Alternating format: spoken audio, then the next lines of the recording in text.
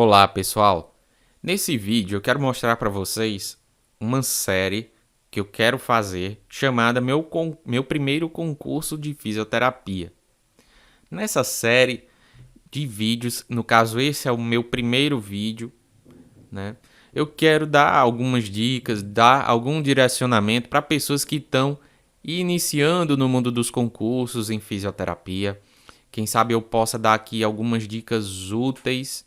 No caso de hoje, a gente vai falar sobre um estudo mais dinâmico, um estudo mais rápido, como estudar mais rápido, tendo em vista que você só tem aí 3 meses, né? Ah, o lançamento de um edital até o dia da prova, por exemplo, né? Então esse é o primeiro vídeo. Eu pretendo colocar outros assuntos dentro dessa série, tá bom? Então você que saiu aí da faculdade, acabou de sair da faculdade, se formou e já pretende iniciar aí na busca de um concurso público, mas ainda não tem muito direcionamento, não sabe exatamente como estudar. Então eu vou dar algumas dicas, claro, sem esgotar o assunto, tá? Porque cada pessoa tem a sua forma de estudar, cada pessoa é um mundo, tá bom?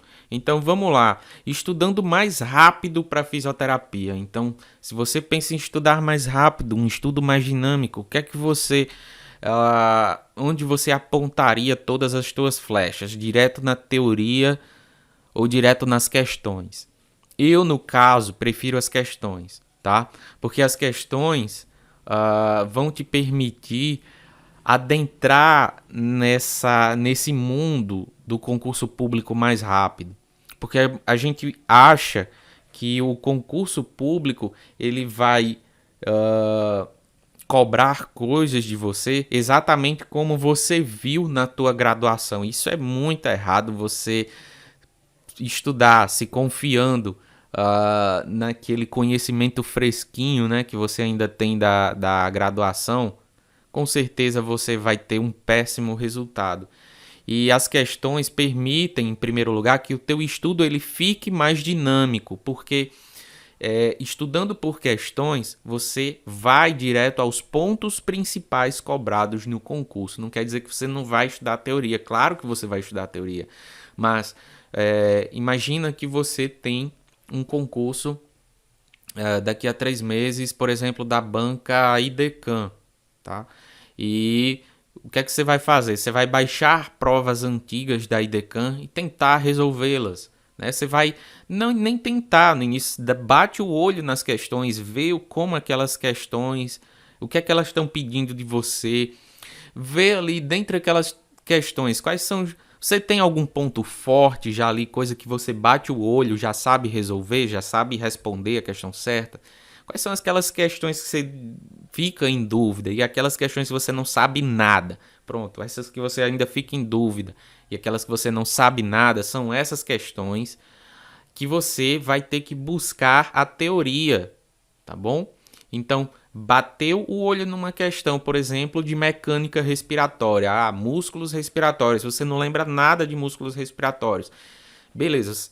Depois que você viu essa questão, agora você vai buscar a teoria, porque você não sabe nada, você está zerado, você não lembra.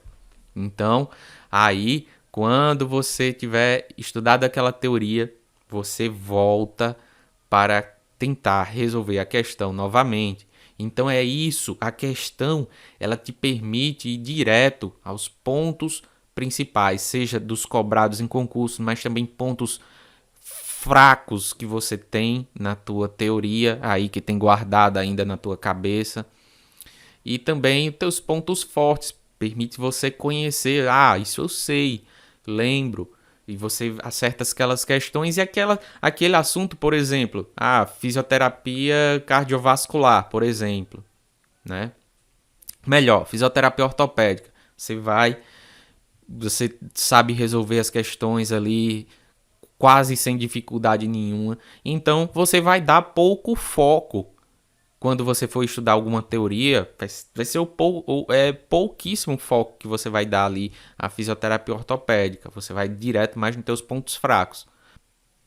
Então, o ponto número 2 aqui é que estudar por questões te permite adentrar no estilo da banca, conhecer o estilo da banca, né? Permite que você conheça a forma que a banca costuma cobrar questões, fazendo com que você agilize ainda mais esses estudos, porque você vai direto no foco. Então você vê aí que o ponto 1 ele está bem ligado a esse ponto 2, né? Às vezes chega a ser até redundante, mas é assim, o estilo da banca é interessante você conhecer, porque quando você quer estudar por questões, você não vai também estudar por qualquer questão. Você vai buscar primeiro aquelas questões que o concurso lá que você quer fazer, que você planeja fazer, você vai baixar aquelas provas antigas daquela banca, por exemplo, da IDECAM, tentar resolvê-las, aí você vai conhecendo o estilo, vai conhecendo como é que ela costuma cobrar aquelas questões lá de eletrotermofototerapia, e daí você começa a não errar mais aquelas questões daquela banca, tá?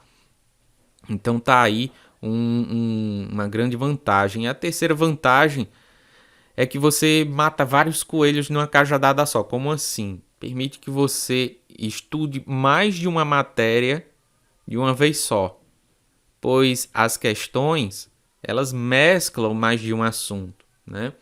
Então vamos lá. Às vezes você está estudando, por exemplo, eletrotermofototerapia, aí logo depois você tem lá que estudar, digamos, fisioterapia ortopédica.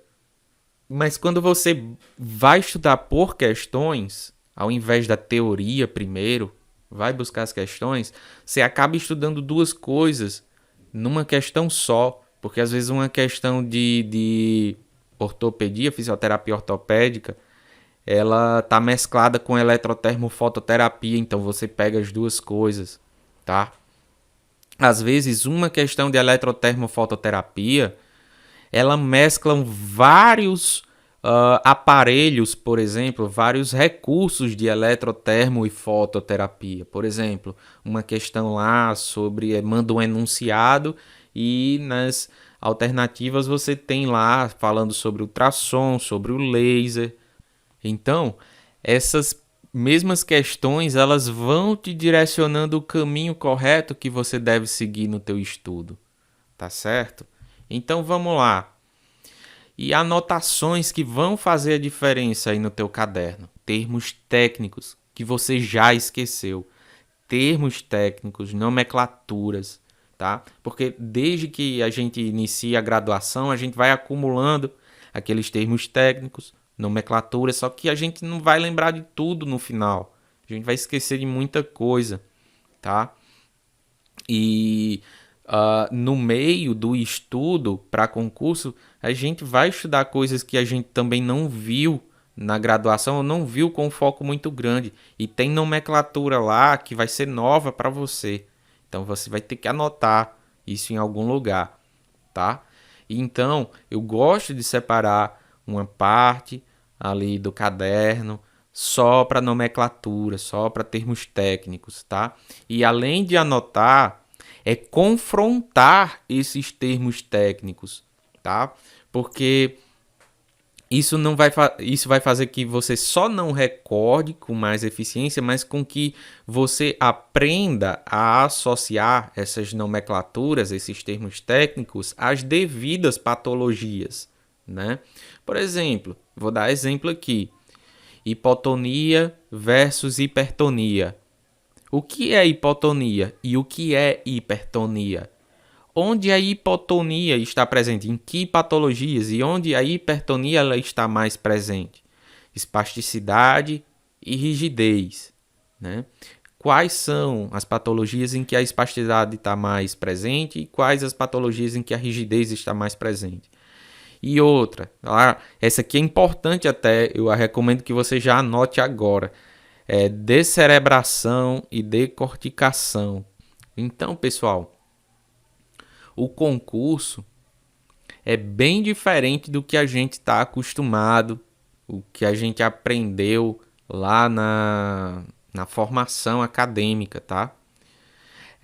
Estudar para concurso é entender que nomenclaturas antigas, termos técnicos antigos ainda caem sim em concurso público. Porque, não sei, mas cai, tá? Então, quando a gente está lá na academia, na faculdade, a gente conhece as nomenclaturas em relação com aquela ciência atual, por exemplo, de 5 anos atrás, de 3 anos atrás. Porém, quando aí a gente parte para o concurso, tá? Aquelas nomenclaturas antigas, elas vão estar presentes, tá bom? Ou às vezes você se graduou há pouco tempo, né? Há um ano atrás, e passaram para você nomenclaturas já atuais. E você nunca viu nomenclaturas antigas relacionadas a assuntos, né? Alguns assuntos, por exemplo, fibras musculares. Aí hoje a gente tem fibra 2x, não sei o que, mas antes era fibra tipo A, tipo B, 2B e assim por diante. Mas ainda cai, é uma coisa que ainda cai em concurso, tá?